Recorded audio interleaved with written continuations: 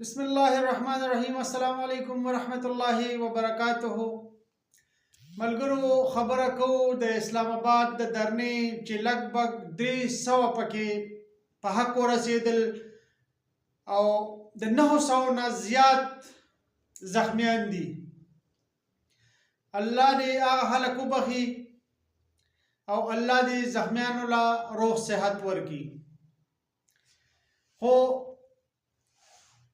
زه حیران یم چې تر کومې پورې به د پښتون په سر باندې د سیاست لبه ګرمه وي او تر کومې پورې به مونږه د بل د زنده‌باد نارې وهو، تر کومې پورې به مونږ خپل پردی نه پیژنو، تر کومې پورې به د بل دپاره مونږ خپل سر په تلي کېږدو، خپل بچي به یتیمانان کوو، خپلې ښځې به کونډو، خپله مور به بورو.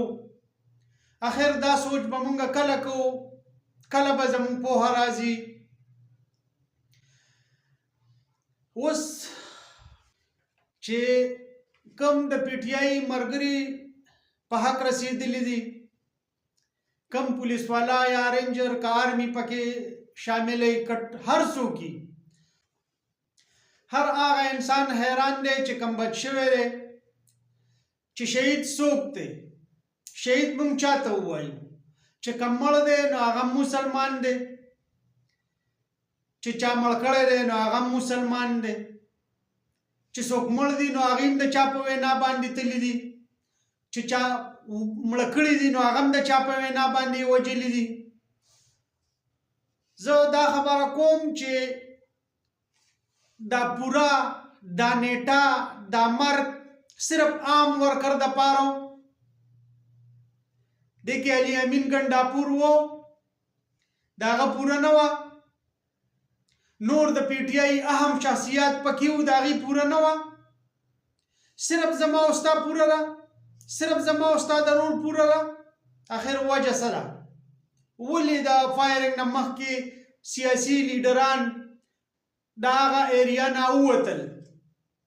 په دې باندې سوچ پکار دی چې مونږ پوه شو، مونږ خپل پردی وپېژنو چې مونږ څوک وجني او ولې م وجني او تر کومې به م وجني. مونږ دومره خره یو، مونږ په دې نه پوهېږو چې زه وجلې کېږم. اخر ولې وجلې کېږم؟ څه چل دی؟ زما وینه دومره ارزانه شوه؟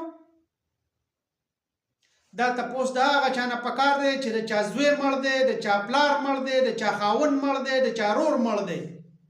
زه تر هغې ازاله نشو ادا کولی، نه عمران خان ادا کولی شي، نه امین ګنډاپور ادا کولی شي، نه اسد کیسر ادا کولی شي.